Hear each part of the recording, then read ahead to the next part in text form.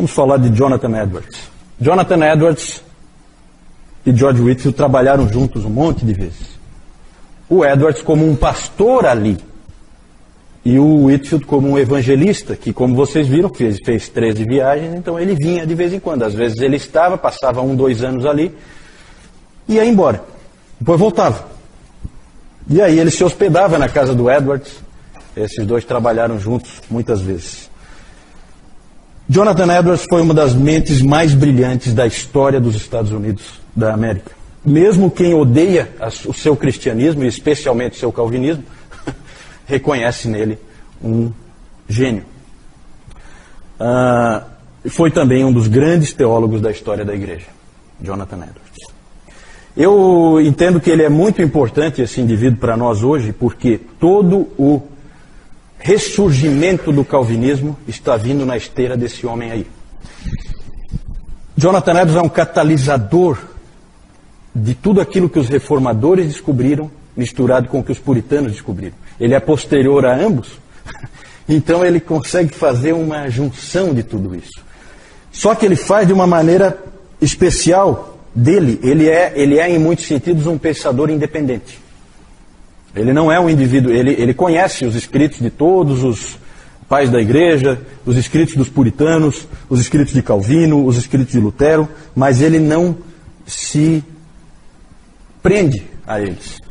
Ele, em muitos sentidos, é um pensador independente. Há um tempo atrás, o Newton, ele me mostrou, o irmão dele, o Nelson, mandou para ele. Foi, né, Newton? Uma revista, Christianity Today, edição de setembro de 2006, em que falava, na capa, depois eu vou mostrar a capa para vocês, eu tenho uma imagem que eu consegui na internet, mas o Newton me mostrou naquela época, eu dei uma lida e tal, a Christianity Today falando de como os jovens estavam voltando ao calvinismo dentro da igreja americana. E isso aí é a olhos vistos que está acontecendo lá. E na capa, depois eu vou mostrar para vocês, um jovem com uma camiseta com uma imagem de Jonathan Edwards, né? E escrito Jonathan Edwards, e traduzindo mais ou menos para o português, Jonathan Edwards é meu chapa, né?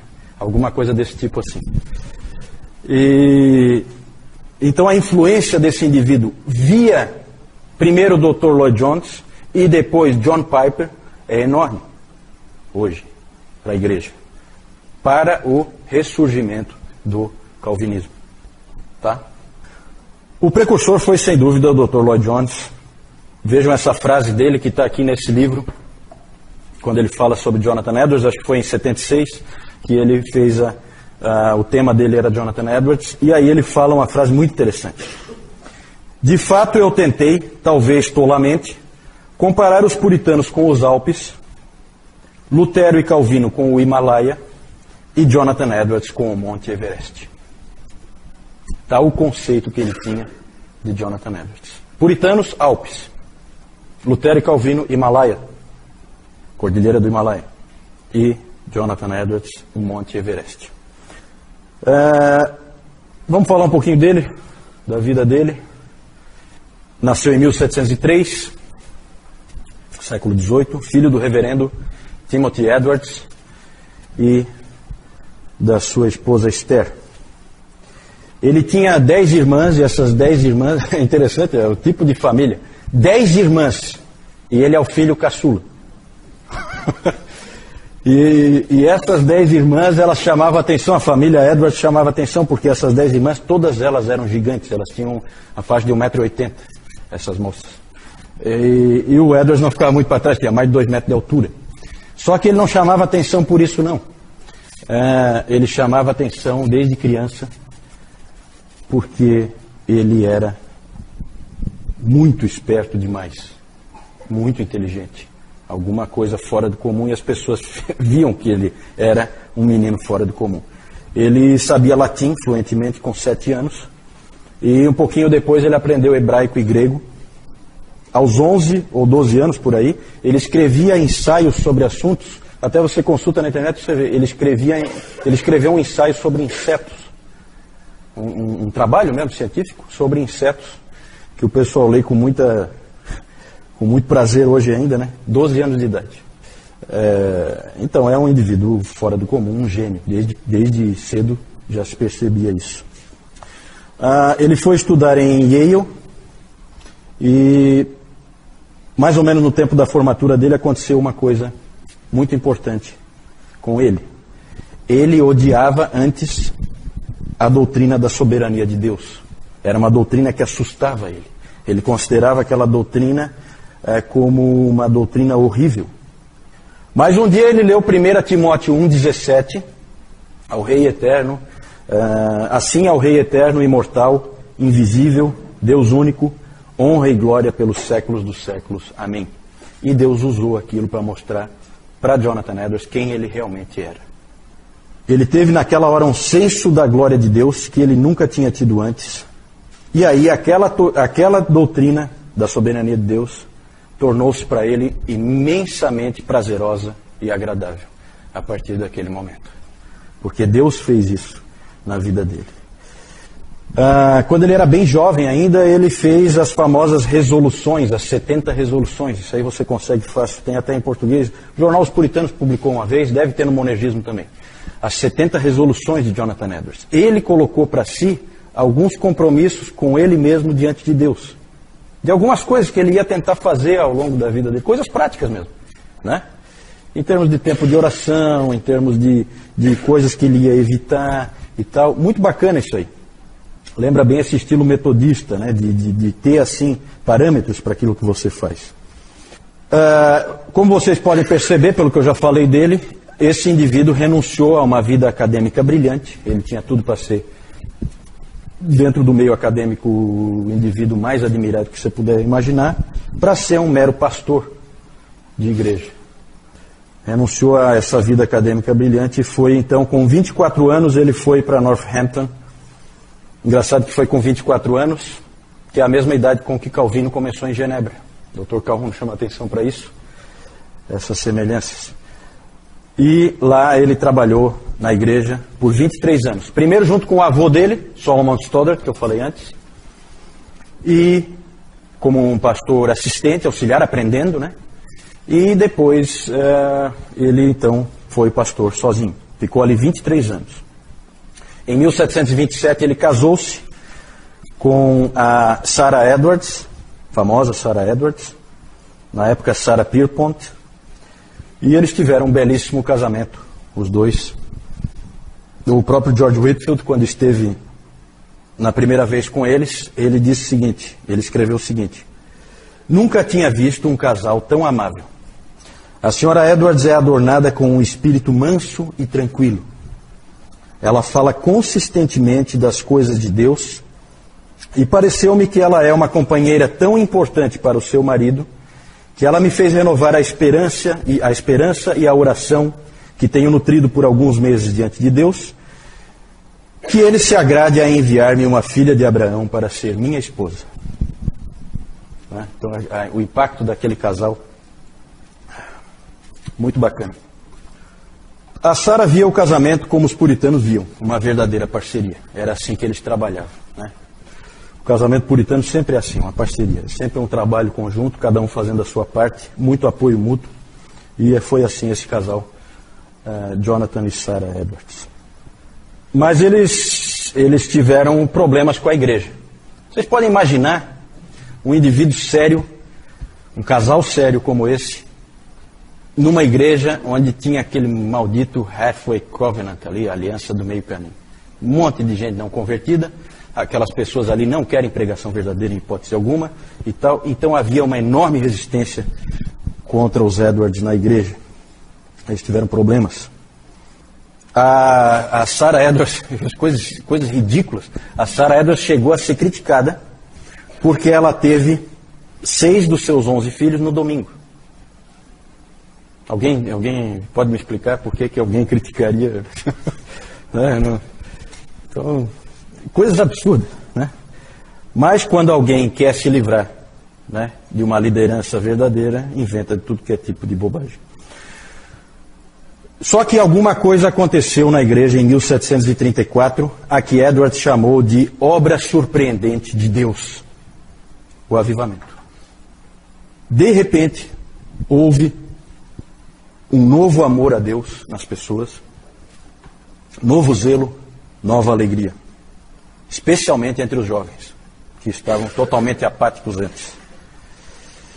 Houve uma intensa convicção de pecado, e o Edwards fala, não é só pecados exteriores, mas as pessoas tinham uma profunda convicção de orgulho e de inveja.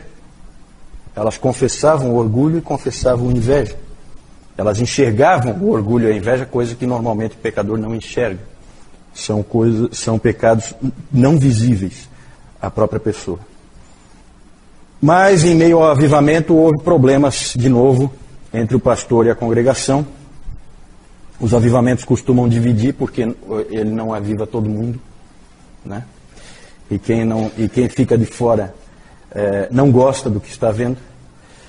E todo o problema que aconteceu ali foi por causa do Halfway Covenant, porque o Edwards começou a se incomodar com aquela coisa de ficar permitindo que pessoas não convertidas, que não tinham profissão de fé em Cristo, viessem participar da ceia do Senhor. E aí ele começou a proibir a participação na ceia do Senhor. Pessoas, membros de igreja que não são convertidas, não gostam que o pastor fique mudando muita coisa. E aí ele teve forte resistência de uma série de pessoas dentro da igreja. E em 22 de junho de 1750, houve uma votação de 230 a 23 e Jonathan Edwards foi posto para fora da igreja. Um dos maiores homens de Deus da história, né, foi expulso de uma igreja por uns gatos pingados que ninguém nem sabe quem são. Né? Vão ter que se explicar. Já se explicaram provavelmente diante do Senhor da igreja. Pouco tempo depois ele foi e pregou o seu sermão de despedida. E lá ele disse o seguinte: com que frequência eu lhes falei, instruí, aconselhei, dirigi, alimentei e administrei-lhes as ordenanças, a vocês que foram colocados sob os meus cuidados e cujas preciosas almas foram postas sob minha responsabilidade.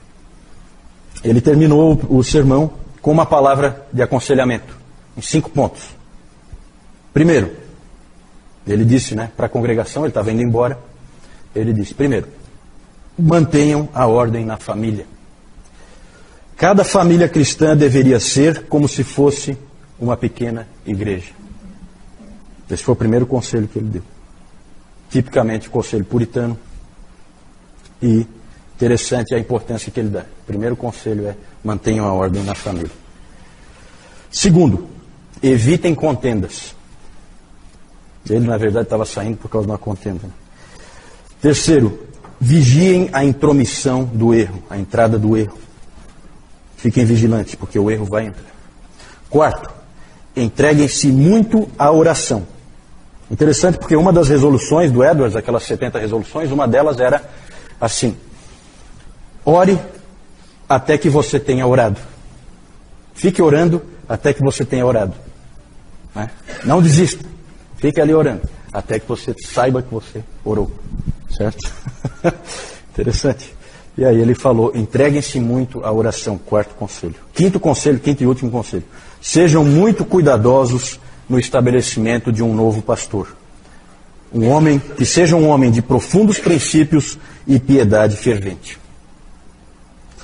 E aí então ele foi expulso daquela igreja e foi para a cidade fronteiriça de Stockbridge, trabalhar com os índios, os Mahican e os Mohawks. Lá ele escreveu diversos livros, como Liberdade da Vontade, A Grande Doutrina Cristã do Pecado Original Defendida e Uma História da Obra da Redenção. Ele estava nessa época com 47 anos. Em 1757 ele foi convidado para tornar-se presidente de Princeton. Relutou um pouco e acabou aceitando. Ele foi substituir o seu genro, Aaron Burr. Naquele mesmo ano ele foi vacinado contra a varíola. E a vacina não deu certo. Acabou ele contraindo varíola por causa da vacina.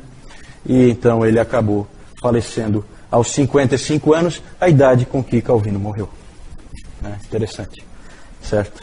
Não deu nem tempo dele ser presidente de Princeton, certamente teria feito um grande impacto ali, mas não deu tempo, ficou, logo naquele mesmo ano ele foi vacinado e morreu. Congregacional. Congregacional. Igreja independente, parecido, né, com os batistas, também é a igreja independente, só que ela batiza crianças. Não, os puritanos que vieram lá para os Estados Unidos, boa parte deles, não sei se a maioria, mas boa parte deles eram congregacionais. Eram chamados de independentes. Lá na Inglaterra eles eram chamados de independentes. O Whitefield na verdade o Whitefield nunca foi metodista, ele sempre se manteve anglicano, né? Metodista no sentido não denominacional, metodista no sentido de um grupo dentro da igreja anglicana, certo? O Whitefield não tinha restrições a essa questão denominacional, como a gente viu ali naquela pregação dele, né? Para ele, tanto faz se você é congregacional, se você é batista, se você... Nessa época já elas eram formadas, né, em Yale. O próprio Edwards era formado em Yale, que foi uma das escolas fundadas pelos puritanos que vieram para a Nova Inglaterra. Harvard e Yale foram fundados por eles. Esses aí em teologia, né? Eram formados em teologia. Não, eles fizeram seminário. O Edwards fez seminário, certo? Se é que se pode chamar assim, né? Quero só falar do legado de Jonathan Edwards. Gente, se vocês quiserem saber a verdade sobre avivamentos, leiam Jonathan Edwards. Verdadeiro avivamento, não esse que tem por aí. Depois nós vamos ver de onde é que surgiu esse que tem por aí, certo? O pai dessa criança aí, dessa não tão bonita, chama-se Charles Finney. Depois nós vamos falar dele, né? Nós estamos falando de avivamento de verdade, avivamento feito por Deus, não por homens. O do Finney é feito por homens, tá? Ou você vai para Jonathan Edwards, mas se o Edwards estiver muito difícil, normalmente é difícil, então você entenda melhor sobre avivamentos com o livro do Dr. Lloyd Jones, bem mais acessível, certo? Mas as obras de Edwards famosas, né? Fiel narrativa da obra surpreendente de Deus. Alguns pensamentos a respeito do presente avivamento na Nova Inglaterra. Esse é um livro. E o outro é um tratado sobre as afeições religiosas. Famosíssimo, né? Existe um resumo, publicado pela PES, A Genuína Experiência Espiritual. É um resumo do tratado sobre as afeições religiosas. O Lloyd Jones disse uma vez o seguinte, recomendando para os crentes: leia Edwards, vá para algo sólido, profundo e real. Jonathan Edwards. Ele foi também um grande pregador. Ele disse o seguinte: nosso povo não precisa tanto ter suas mentes abastecidas, quanto precisa ter seus corações tocados. E eles necessitam, acima de tudo, ter aquele tipo de pregação que tem a maior tendência de produzir isso. Interessante que você às vezes imagina, não, pregação para tocar o coração tem que ser aquela pregação que o cara grita e pula e não sei o quê.